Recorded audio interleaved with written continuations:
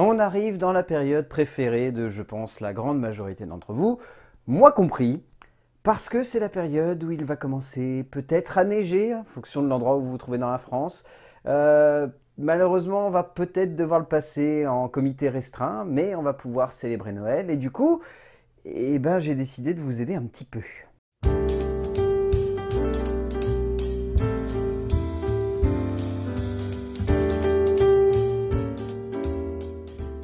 Parce que oui, c'est souvent un gros dilemme lorsque l'on arrive dans la période pré-Noël, c'est de trouver les cadeaux que l'on va mettre sous le sapin et parfois on est en grand manque d'inspiration. Ce que je peux totalement comprendre. Là-dessus, j'ai moi-même été dans ce genre de cas à de trop nombreuses reprises. Mais du coup, je me suis dit que j'allais vous filer un petit coup de main. Bon, ça sera un petit coup de main pour une communauté assez restreinte de personnes, donc cette vidéo s'adresse aux gens qui sont les parents, les amis, les enfants des abonnés de cette chaîne. Parce que pour vous, à moins que vous ayez un très bon ami cinéphile qui vous entoure, à qui vous ayez envie d'offrir un bon cadeau, je suis pas sûr que cette vidéo vous soit utile. Mais n'hésitez pas à envoyer cette vidéo à vos proches pour qu'ils aient quelques idées de cadeaux à vous offrir et à vous glisser sous le sapin, parce que c'est ce que je vais essayer de faire. Et j'ai essayé vraiment de diversifier le plus possible les idées de cadeaux. Ça va aller de livres, à des jeux vidéo, en passant par des films bien évidemment, des petits jeux aussi, et ça va essayer d'aborder donc différents types de cinéphilie, allant de la personne qui a envie de se mettre à l'écriture, à la personne qui a envie littéralement de refaçonner un film avec sa manette de PlayStation. Donc ne perdons pas plus de temps, et je vais vous conseiller un premier cadeau. Le premier cadeau que je vais vous conseiller, c'est une édition toute récente faite par le distributeur AppCoco. AppCoco, je ne sais pas, à eux de voir. C'est un très beau coffret avec 4 longs métrages du très grand réalisateur qu'est Alejandro Jodorowsky. Alejandro Jodorowsky, c'est un cinéaste que j'aime beaucoup, dont la filmographie est passionnante. Peut-être qu'à l'occasion, je pourrais vous en parler si un jour Dune sort, parce que le Jodorowsky qui avait prévu, le film Dune qu'avait prévu Alejandro Jodorowsky avait l'air d'être fou. Mais en attendant, je ne peux que vous conseiller ce magnifique coffret qu'ils ont édité tout récemment. Il y a 4 de ces films dedans, et c'est assez intéressant parce qu'ils ont choisi ces 4 films qui sont plutôt espacés. Il y a El Topo, il y a Fando Ilis, il y a La Montagne Sacrée et il y a Psychomagie. Psychomagie étant son dernier long métrage en date, qui est un documentaire sur sa manière d'aborder la psychothérapie. Mais la psychothérapie, selon lui, ça doit s'appeler la psychomagie et ça doit être quelque chose qui doit être exercé physiquement et pas uniquement avec des mecs qui sont assis sur une chaise en train de faire oui, oui. Et les autres longs métrages, bon, Fando Ilis, c'est son plus compliqué, clairement. Je pense que Fando Ilis, il y en a beaucoup parmi vous, si vous essayez de vous y frotter, vous allez vite lâcher l'affaire. Mais El Topo et La Montagne Sacrée, ce sont des films extraordinaires.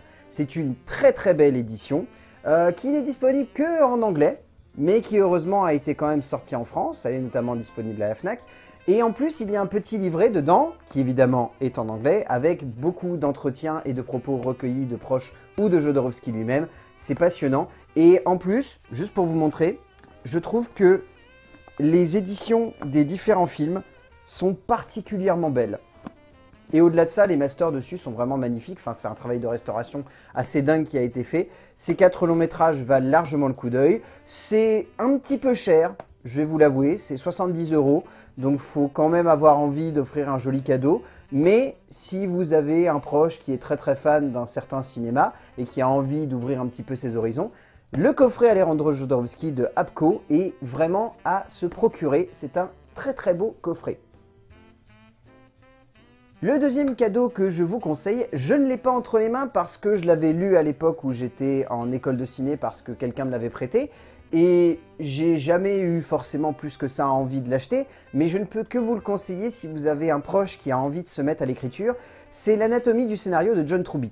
C'est la Bible de la personne qui a envie de se lancer dans l'écriture de scénario et qui ne sait pas par où commencer. Ça est à compiler avec un autre bouquin, mais peut-être que j'aurai l'occasion de vous en parler un autre jour.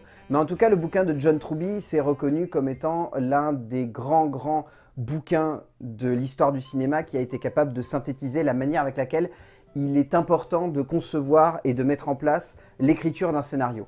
C'est vraiment un bouquin passionnant, où on apprend des choses tout de son long, on apprend à savoir construire une dramaturgie, à savoir amener un personnage, à savoir le faire sur un format court, sur un format moyen ou sur un format long. C'est vraiment un bouquin qui a été écrit avec le cœur par un auteur que je trouve fascinant et passionnant. Et au-delà de ça, ouais, c'est un immanquable si jamais vous avez envie de vous mettre à l'écriture. Donc si vous avez quelqu'un dans vos amis, dans vos proches qui a envie de se mettre à l'écriture, l'anatomie du scénario, c'est vraiment un immanquable. Et accessoirement, même si le prix est un petit peu élevé, on est quand même sur une trentaine, une quarantaine d'euros pour le bouquin, ce qui reste assez cher. Mais le bouquin est assez volumineux, regorge de plein de choses que l'on peut analyser dans tous les sens si on est un minimum curieux.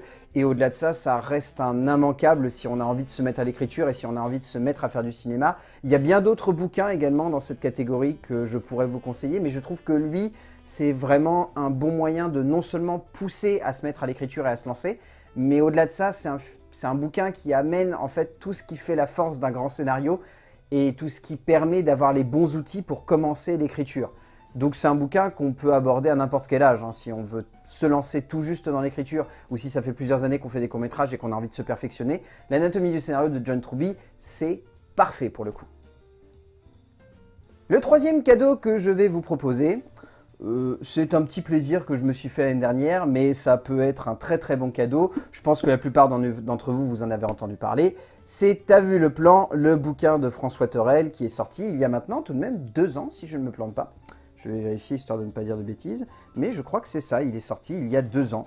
Mais c'est un très très beau bouquin, très intéressant, qui regorge de plein de choses. Enfin, juste pour vous montrer, en gros, il aborde un film et il met en avant un plan par-ci par-là et il essaye en fait de décortiquer à quel point ce plan a potentiellement un peu plus d'impact que d'autres au sein d'un film. Enfin là par exemple il parle de The Sorcerer qui est un film extraordinaire et il va aborder tout ça tout du long et c'est hyper intéressant. C'est chaque fois bourré d'anecdotes. Si vous aimez en plus le Fossoyeur de film, vous allez retrouver le ton et la manière avec laquelle il fait ses vidéos et je trouve que c'est extrêmement bien foutu. Bon, c'est assez raisonnable je trouve pour le bouquin que c'est, on est sur 25 €, ce qui honnêtement est un joli cadeau. Et en plus de ça, même si on n'est pas forcément hyper fan de François Thorel, ce que je peux comprendre, le bouquin est quand même très ouvert, ne se contente pas simplement d'être uniquement fait pour ceux qui aiment le Fossoyeur de film, ça va bien plus loin que ça, et rien que ça, en fait, il est très beau, moi je trouve ce bouquin. Hein. Sous le sapin, ça claque. Hein. Personnellement, moi si on me l'avait offert, je pense que j'aurais sauté au plafond et j'aurais dit mais merci, merci, merci, merci. Mais vraiment, c'est un bouquin que j'ai pris plaisir à lire et ce qui est important aussi, et c'est pour ça aussi que j'ai envie de vous le conseiller, c'est que c'est un bouquin qu'on peut lire n'importe quand. C'est pas un bouquin qui doit se lire dans l'ordre chronologique des différentes pages. C'est un bouquin, on peut juste se contenter d'ouvrir une page et hop, là j'ai une anecdote sur Nausicaa. Et je peux avoir tout ce que j'ai envie de savoir sur le film. J'ai quelques petites infos en plus pour compléter. Enfin, c'est un bouquin qui arrive à aborder le cinéma de manière très intelligente, sans pour autant avoir besoin d'être trop verbeux ou d'en faire des caisses. Enfin, c'est typiquement le style de François Thorel. C'est pour ça que j'adore ce bouquin et que je ne peux que vous le conseiller de l'offrir à vos proches qui êtes fans de cinéma. Parce que, pour le coup, au-delà de simplement être un super bouquin si on est fan du Fossoyeur de film, c'est un bouquin qui apporte beaucoup de compléments à l'analyse d'un film parce que c'est important d'analyser les films et pas uniquement de les regarder un peu léthargiques et d'apprécier simplement un divertissement. Le quatrième cadeau que je vais vous proposer est un cadeau que vous pouvez soit offrir 2 fois, soit offrir seulement l'un des deux. C'est pour les fans de cinéma qui ont envie de se mettre aux jeux vidéo. Ce sont 2 jeux édités par Supermassive Games, qui sont des éditeurs qui se sont plutôt spécialisés dans les films interactifs, un peu comme c'était le cas avec Quantic Dream. Et ils ont sorti pour le moment 2 volets à leur anthologie Dark Pictures. Et donc l'année dernière c'était Man of Medan, et cette année c'est Little Hope. Alors moi personnellement j'ai plus envie de vous conseiller de vous procurer Little Hope, parce que je trouve que Man of Medan est visuellement pas très très beau, et au-delà de ça l'histoire est un peu nul, qu'on se le dise, et en plus il n'y a pas beaucoup de perspectives à la fin, donc c'est pas très très intéressant. Mais Little Hope par contre je vous invite vraiment à vous le procurer parce que en termes d'expérience de jeux vidéo / cinéma, on est sur quelque chose qui est vraiment passionnant. Enfin, pour le coup, je crois qu'il n'y a pas une longue durée de vie, hein. On est sur 6-7 heures de jeu grand max. Il y a un certain potentiel de rejouabilité, si jamais vous avez envie de vous y frotter tout seul ou à plusieurs. Et c'est ça aussi qui est important, c'est que ça n'est pas un jeu qui se joue tout seul. Ça, il peut se jouer tout seul si vous avez envie, mais il peut se jouer jusqu'à 5 personnes. Et ça, mine de rien, c'est plutôt cool, parce que c'est rare en fait de trouver des jeux vidéo où on peut jouer à plus de 2, 3 ou 4. Et là, on peut jouer jusqu'à 5, et on peut se faire franchement une bonne petite nuit un peu d'horreur en se laissant emporter par les péripéties des différents personnages. Man of Medan, c'est un peu le même principe, voire même exactement le même principe, c'est juste que, comme je vous l'ai dit, je trouve que l'histoire est un petit peu moins passionnante et qu'en plus, visuellement, le jeu est pas foufou. Donc entre les deux, je vous conseille Little Hope, mais vous pouvez vous procurer les deux ou offrir même les deux dans un petit package, en sachant que, bien sûr, ils vont continuer à sortir des jeux vidéo sur le même concept quasiment tous les ans. Ils ont déjà prévu le prochain pour l'année prochaine qui s'appelle House of Ashes, qui est plutôt cool. Mais dans tous les cas, ouais, c'est un bon petit conseil en termes de jeux vidéo / cinéma, parce que bah, on est à la frontière entre les deux, donc les cinéphiles vont kiffer, les fans de jeux vidéo peut-être qu'ils vont moins adorer, mais ça reste entraînant. Et Until Dawn aussi, c'est bien.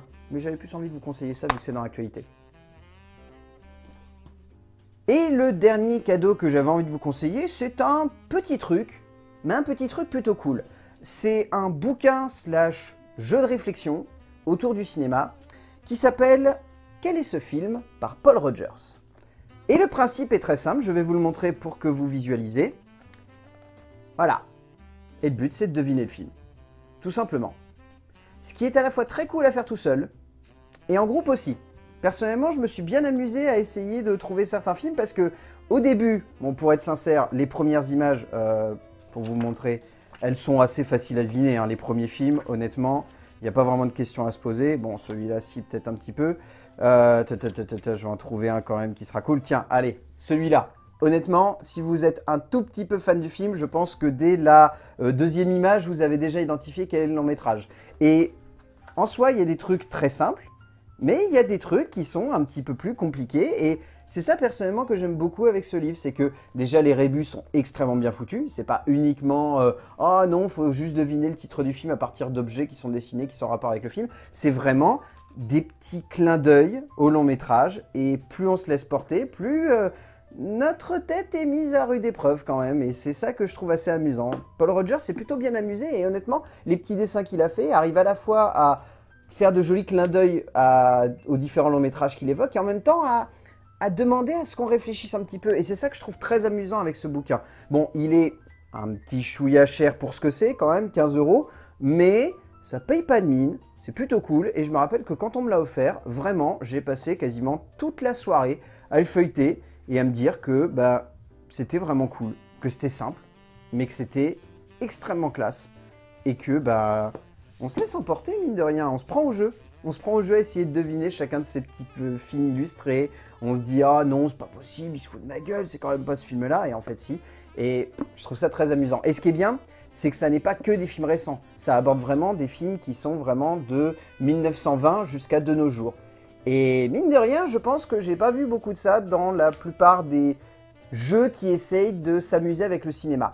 Donc ouais, quel est ce film de Paul Rogers? Je pense que vous pouvez l'offrir, ça fera un joli petit cadeau. Et ben voilà, j'espère avoir réussi à vous aider dans la recherche souvent compliquée de petits cadeaux à offrir à Noël, surtout ici donc pour les cinéphiles, mais ce genre de cadeau peut aussi s'offrir à des gens qui ne sont pas forcément plus cinéphiles que ça. Enfin, je pense aux 2 jeux vidéo ou aux bouquins de François Thorel, c'est pas des cadeaux qui sont uniquement réservés aux cinéphiles, ça peut être à d'autres personnes, mais forcément, les cadeaux que je vous ai proposés, c'est plus orienté pour les cinéphiles, notamment par exemple le coffret sur Jodorowsky ou l'anatomie du scénario de John Truby, qui elle est vraiment réservée aux futurs scénaristes ou ceux qui ont envie de devenir scénaristes. Mais j'espère avoir réussi à quand même vous aiguiller vers quelques pistes. N'hésitez pas, pour filer un coup de main à ceux qui ont des petits soucis à trouver des idées de cadeaux de Noël pour les cinéphiles, mettez-les dans les commentaires. Même moi, je pense que j'irai peut-être y jeter un petit coup d'œil parce que j'ai 2-3 amis cinéphiles et je suis constamment en train de me demander qu'est-ce que je pourrais leur offrir à Noël.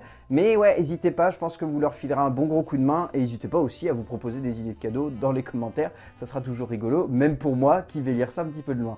Et d'ici là, je vais vous dire ce que je vous dis à chaque fois à la fin de ces petites vidéos. Regardez des films et offrez des films parce que c'est bien de voir des films et de recevoir des films. Et on se retrouvera ici pour parler de films ou de cadeaux de Noël peut-être l'année prochaine, bien évidemment. A plus.